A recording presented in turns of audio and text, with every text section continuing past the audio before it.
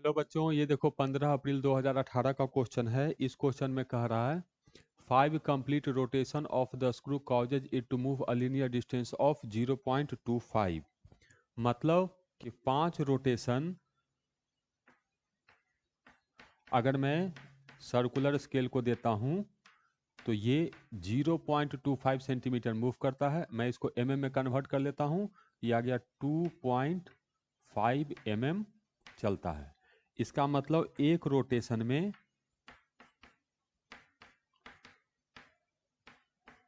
2.5 by 5 इतना distance चलेगा। तो ये आ गया हम लोग को 0.5 mm।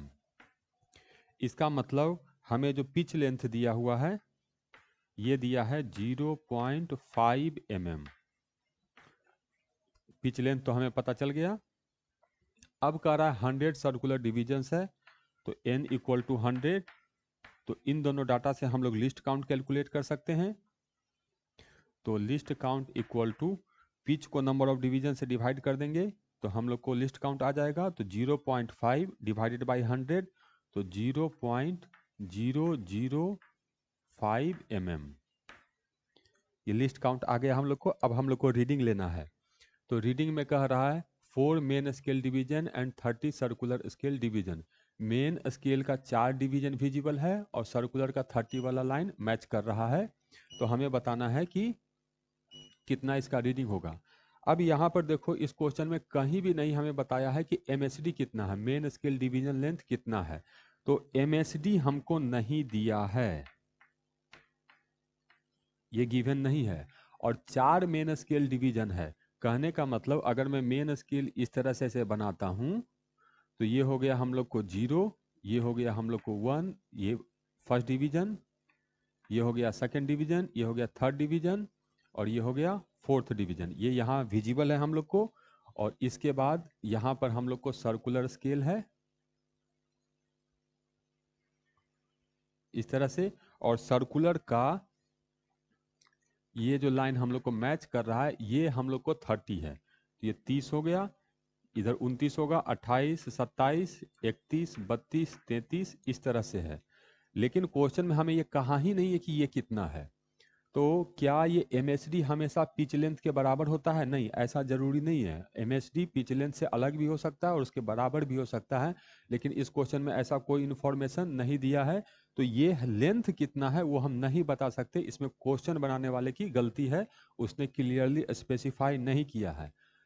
अब क्वेश्चन दे दिया है, हमें बनाना है तो कैसे बनाएंगे? हम यहाँ एज्यूम करेंगे कि जो पिच लेंथ है वही एमएसडी है।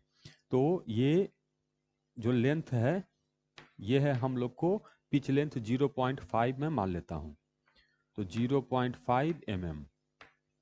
तो ये 0.5, ये भी 0.5, ये भी 0.5, ये भी 0.5। तो 0.5 इंटू 2, तो यहां से यहां जो लेंथ आया ये आ गया हम लोग को 2.0 mm। तो मेन स्केल रीडिंग हम लोग 2.0 mm लिखेंगे। तो मेजर्ड वैल्यू